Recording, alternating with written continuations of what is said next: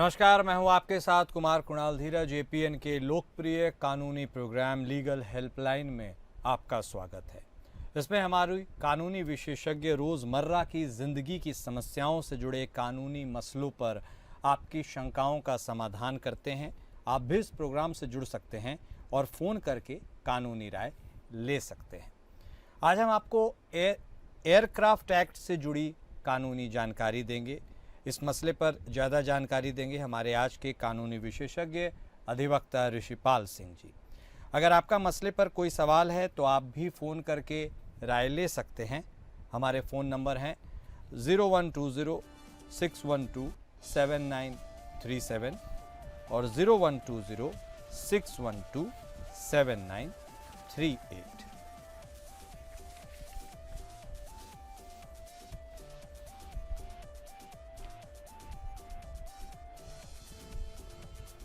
ऋषिपाल जी, आपका स्वागत है।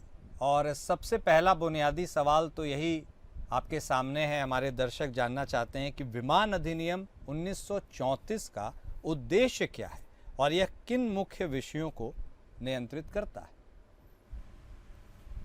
देखिए, सबसे पहले हमें समझना है कि जो विमान अधिनियम 1934 है, जिस समय ये नियम और एक कानून लाया गया, उस समय भारत की स्थिति क्या थी और आज भारत की स्थिति क्या है, उन दो बातों को, दो पहलुओं को जरूर समझना है। जिस समय 1934 के अंदर इस कानून को लाया गया, तो भारत की जो जितनी व्यवस्था थी, भारत की जितनी जो डिफेंस थी, उस सारी डिफेंस के ऊपर पूर्ण रूप से जो ब्रिटिश राज था उनका अधिकार था और उनके द्वारा ही जो विमान जो संचालन है वो उनके द्वारा और उनके द्वारा प्रशिक्षित जो एयर जो पायलट्स है वो चलाया करते थे। अधिकांश जितना भी उसका जो कलपुर्जे है या संबंधित जो पार्ट्स हैं वो सारे के सारे बाहर से आए थे। अभी तो हमारे देश के अंदर उस समय उत्पादन जो है बहुत कम हुआ करता था, लेकिन जो सबसे ज्यादा जो इस्तेमाल था, जो सबसे ज्यादा यहाँ पर जो चिंता थी वो थी, एक तो जो विमान है उस विमान का प्रदर्शन यानी कि उसका जो कब्जा लेना है, उसका रख रखाव है, वो कैसे किया जाए। दूसरा था उसका यूज, क्योंकि हम जानते हैं कि क्योंकि हमारे देश में वो प्रणाली नहीं बनती थी। इवन अगर कोई पार्ट्स भी खराब हो जाया करता था तो बहुत लंबे समय तक उस पार्ट्स को ठीक करने के लिए मतलब उसके जो ठीक करने वाले जो टेक्निकल थे वो भी बाहर से आया करते थे। 1934 की स्थिति ये थी।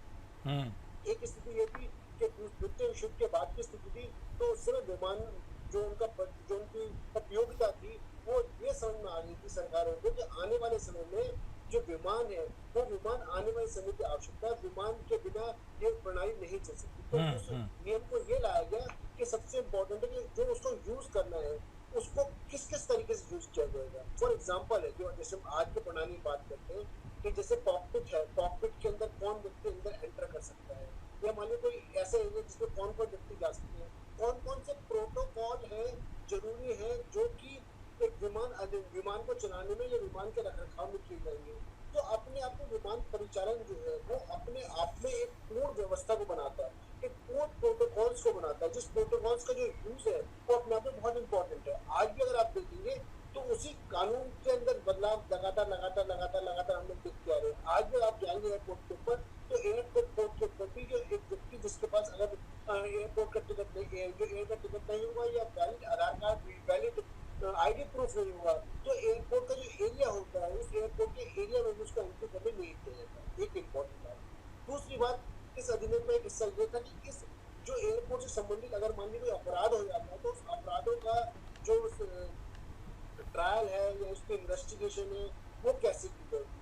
तो अपने आप में ये जो एक नियम था वो हमारे देश के लिए एक नया नियम था।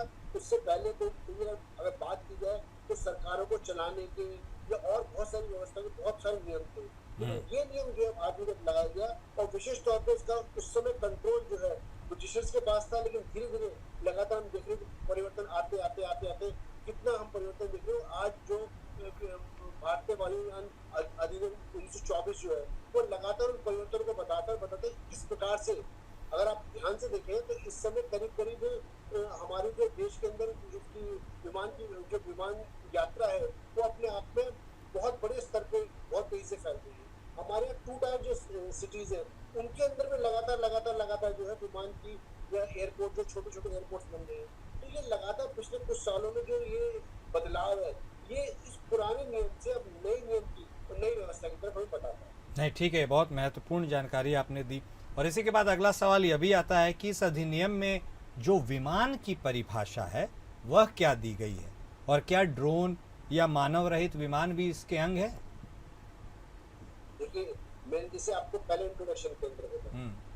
कि ये नियम या ये कानून कब बना, 1934 के अंदर। 1934 के अंदर तो ड्रोन जैसी कोई किसी भी विकल्प की परिकल्पना नहीं थी कि ड्रोन जैसा भी कोई ऐसा विकल्प होगा जो कि या मतलब जिसके अंदर ऐसा कोई विकल्प होगा जिसके अंदर बिना किसी यात्री के विमान को चलाया जा सकता है। हालांकि उस समय उस डेफिनेशन के अंदर हम बात करते हैं तो उस डेफिनेशन के अंदर जो बलून है, बलून में आपने देखा होगा बलून के अंदर एयर भरी जाती है, यानी अगर उस डेफिनेशन को समझे तो कोई भी ऐसा इंस्ट्रूमेंट जो सरफेस से हवा में जाता है, यानी हवा में जाके वो चालित होता है, चलता है, उसके अंदर इवन उसको देखा जाए तो काइट, जो बड़ी काइट्स है, और या मान लीजिए बलून है, जिस बलून को भी आपने देखा एयर बलून होते हैं, वो बहुत दूर तक जा सकते हैं। उन सारी बातों को भी ध्यान में रखते हुए जो ये नियम था, इस नियम में उस डेफिनेशन के अंदर एयरक्राफ्ट की जो डेफिनेशन है, उस डेफिनेशन में उस परिकल्पना को उस समय ये तो लिया गया था कि हाँ ये होगा। हालांकि अगर आप बात करें शब्द की बात करें, जैसे आपने बताया ड्रोन की बात करें, तो ड्रोन जैसा शब्द या ड्रोन जैसा कोई विकल्प उस समय नहीं था। लेकिन जैसे जैसे आप बात करें 34 से आज 2024 के अंदर 90 वर्ष के अंदर नए अधिनियम जो आ रहे हैं, 90 वर्ष के अंदर जो एविएशन इंडस्ट्रीज है उसका कायाकल्प देख रहे हैं, उसमें परिवर्तन देख रहे हैं।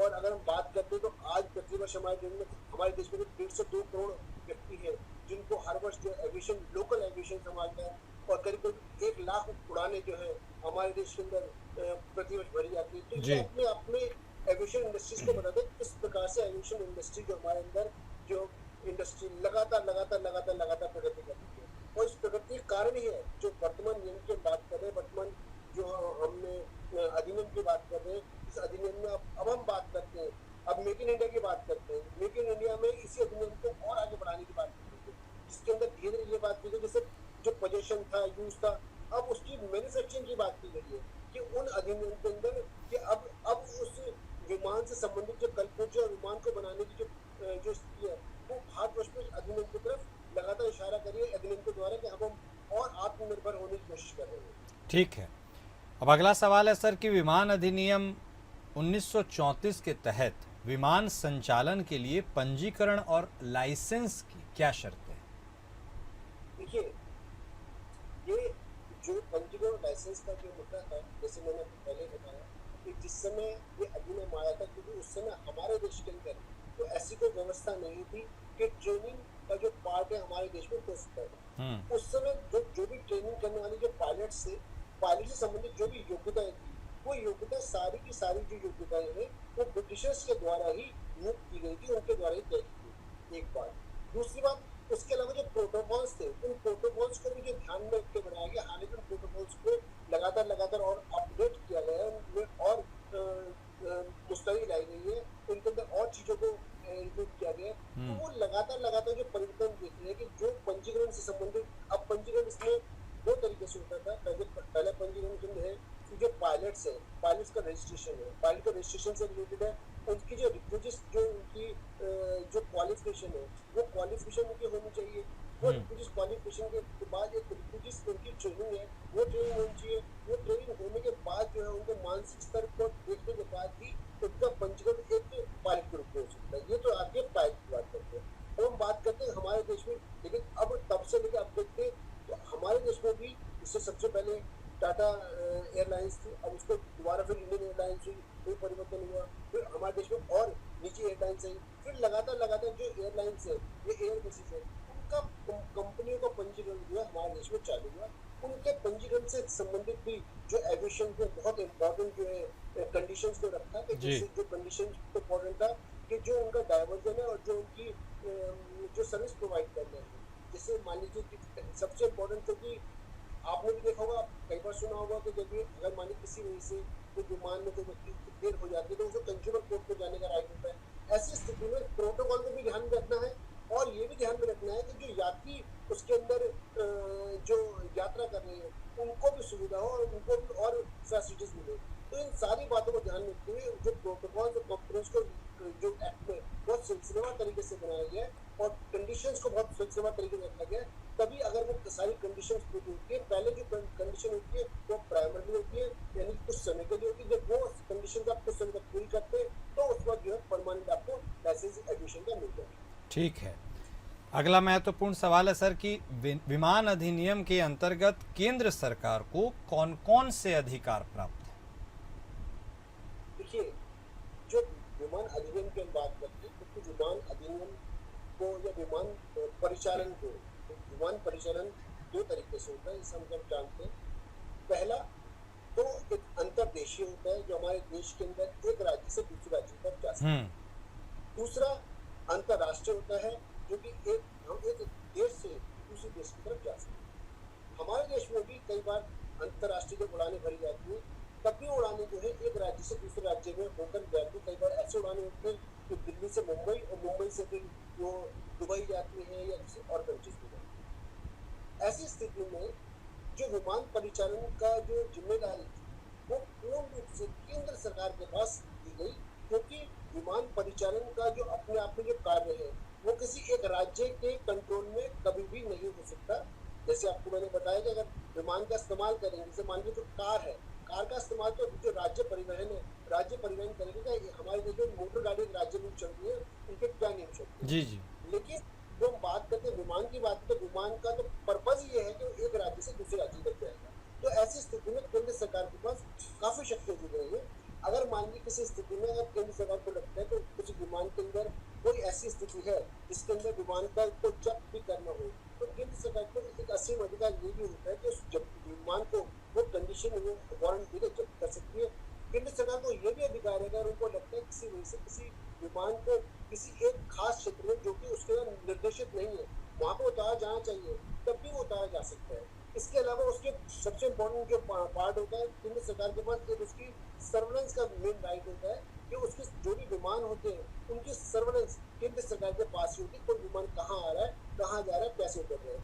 कोई भी अंतरराष्ट्रीय विमान जो होता है वो केंद्र सरकार द्वारा बनाई गई नीतियां, ये केंद्र सरकार की जो एविएशन पॉलिसी होती है, एविएशन मिनिस्ट्री होती है, उसकी परमिशन के बिना कोई भी विमान जो है नहीं उतर सकता। एग्जाम्पल मैं आपको बताता हूँ, अभी दो तीन दिन पहले की बात है, हैदराबाद के अंदर आपने देखा एक विमान जो जर्मनी से आया था जिसके ऊपर ये ऐसा संदेह था कि हो सकता है उस विमान के अंदर कोई बम की अफवाह थी। तो ऐसी स्थिति में जब हैदराबाद में उतरने की परमिशन नहीं दी गई थी, परमिशन केंद्र सरकार से मांगी गई, केंद्र सरकार ने परमिशन नहीं दी, तो ऐसी स्थिति में विमान दोबारा से जो है अपने गंतव्य की तरफ यानी जहाँ से आया था तो वहां पर चला गया।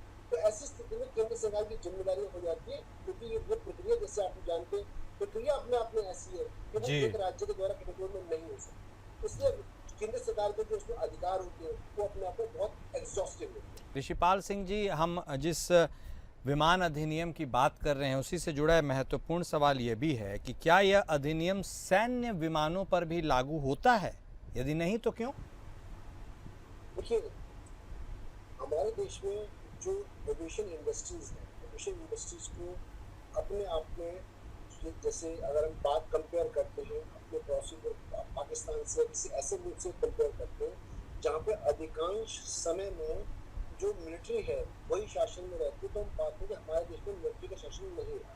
तो ऐसी स्थिति में ऐसा कभी नहीं रहा, बहुत कोई ऐसा समय नहीं रहा जिसके अंदर विमान जैसी व्यवस्था को कंट्रोल करने के लिए जो मिलिट्री या जो सरकारों ने कंट्रोल किया।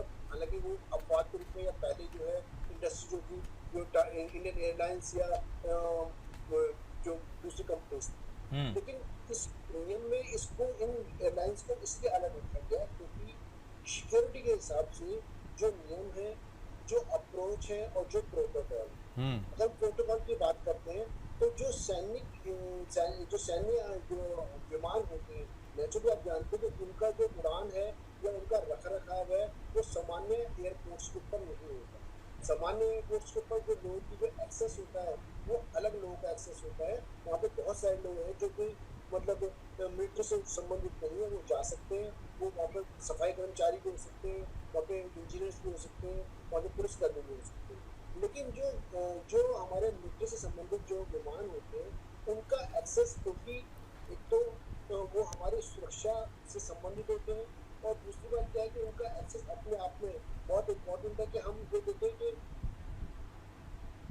वो उसका एक्सेस हमारे लिए बहुत इम्पोर्टेंट है कि हम ये देखें कि जो लोग उसकी देखभाल कर रहे हैं वो उससे संबंधित जानकारी रखते हैं और फॉर एग्जांपल अगर हम लेटेस्ट कंडीशन की बात करें, आपने पूछा कि जो विमान अधिनियम के अंदर मिलिट्री विमान नहीं होते, जैसे हम बात करते हैं जो लेटेस्ट एयरक्राफ्ट हमारे जो फ्रांस में या रफेल्स की बात करते हैं, तो अपने आप में बहुत ही महत्वपूर्ण भी है और बहुत ज्यादा कॉस्टली भी है। जी। उसका जो रखरखाव है बहुत कॉस्टली है, उसका यूज बहुत कॉस्टली है और उसका जो केयर टेकिंग भी बहुत कॉस्टली है। तो उसकी और इसी वजह से जो एक आम नागरिक है, तो आम नागरिक की पहुंच जो है वहां पर नहीं हो सकती। तो ऐसी स्थिति में इस अधिनियम को मिलिट्री अधिनियम से हम अलग रखते हैं और वहां पर जो नियम कानून और जहाँ प्रोटोकॉल्स होते हैं उन प्रोटोकॉल्स पे और ज्यादा तरीके से सक्रिय ध्यान दिया जाता है और उनका रखरखाव या उनका जो कंट्रोल होता है वो मिनिस्ट्री ऑफ डिफेंस से होता है, हम्म। क्योंकि ये जो कंट्रोल होता है वो सिविल एविएशन मिनिस्ट्री है वो कंट्रोल करती है। जो एयरपोर्ट्स हैं, एयरपोर्ट संबंधी जो सुविधाएं हैं और जो यात्री की सुविधाएं हैं, ये हमारी एविएशन मिनिस्ट्री है, वो मिनिस्ट्री कंट्रोल कर रही है। उसके अंदर अगर देखते हैं तो अगर लोगों को सुविधा देने के लिए जो बड़े बड़े प्रोजेक्ट निकाले जाते हैं या जो विदेशी जो फर्म है उनको अलाउ किया जाता है, तो ये इनका प्रोसीजर, इनका टर्म्स कंडीशन, इनके लॉज, इनके रूल्स डिफरेंट होते हैं। ओके। जबकि जो सैन्य जो प्लेन्स होते हैं उनको आपने देखा भी होगा कि वो जब आवश्यकता होती है आप उनका जो दर्शन तभी कर पाते हैं, या मान लीजिए कोई 26 जनवरी होती है, 15 अगस्त होती है, आमतौर पर आम पब्लिक के लिए वो यूज के लिए अवेलेबल नहीं होती। ठीक है।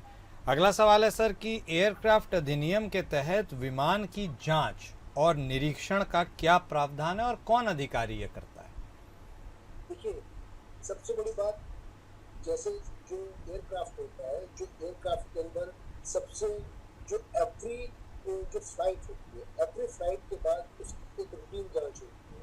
रूटीन जांच के अंदर जो अधिकारी रूटीन जांच करता है, तो वो सिविल लेवल का अधिकारी होता है जो रूटीन जांच ये करता है। उसकी जो दोनों जो उसके इंजन होते हैं उसके इंजन की रूटीन जांच होती है, उसका जो फ्यूल सिस्टम होता है उसको रूटीन जांच होती है और उसका रडार सिस्टम। ये 3-4 चीज ऐसी होती है जिसका कंपलसरी जांच जो है वो एवरी जो फ्लाइट होती है हर फ्लाइट से पहले किया जाता है।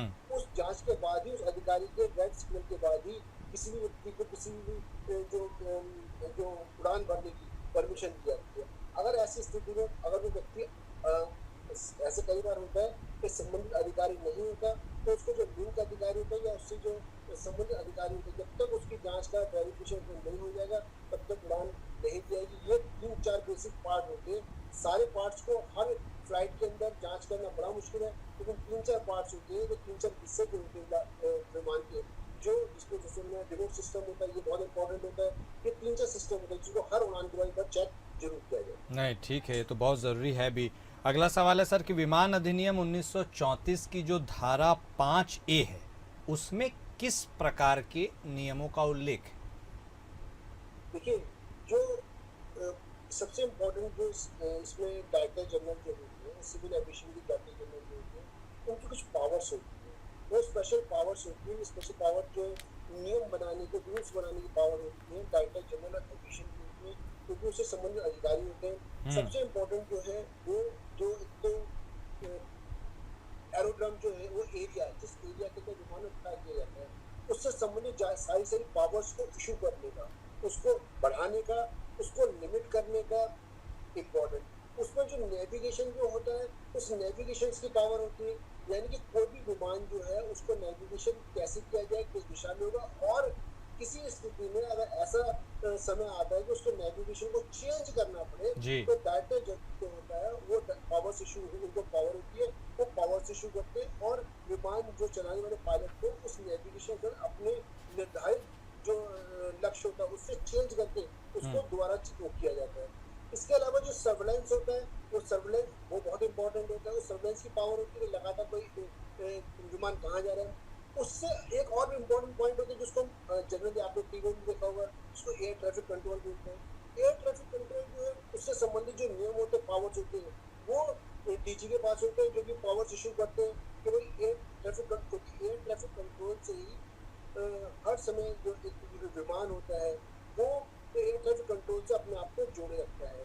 जब भी ऐसी स्थिति आती है कि उसको एयर ट्रैफिक कंट्रोल ऐसा लगता है कि उस तरह की कोई आवश्यकता है, तो वो अपनी आवश्यकता के लिए या परेशानी के लिए या किसी भी जो डिस्ट्रेस के लिए, प्रॉब्लम के लिए एयर ट्रैफिक कंट्रोल को ही वो सबसे पहले कॉन्टेक्ट करता है। एयर ट्रैफिक कंट्रोल ही फिर जिस तरह से कंडीशंस होती हैं, जो डीजी उनको पावर्स देते हैं, उन पावर्स को यूज करते हुए वो उस तरह से एयरक्राफ्ट को कंडीशन वो करते हैं, ऑर्डर करते हैं। इसके अलावा जो इश्यूज, जो डायरेक्टर डीजी के पास जो ऑर्डर्स होते हैं, वो मेंटेनेंस का होता है कि जो जितने भी जो एयर ट्रैफिक जो चल रहे हैं उनको लगातार मेंटेनेंस का राइट होता है। अगर मेंटेनेंस की कोई प्राइवेट कंपनी किसी भी तरह की कोताही बरतती है, तो ये जो डीजी होता है वो पावर इशू करके उनकी एविएशन स्पीड को रद्द कर सकता है।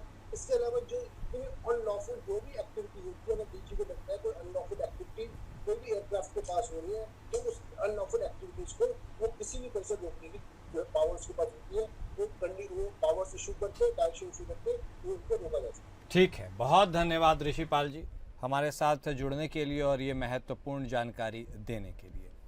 लीगल हेल्पलाइन में अभी के लिए बस इतना ही। नमस्कार।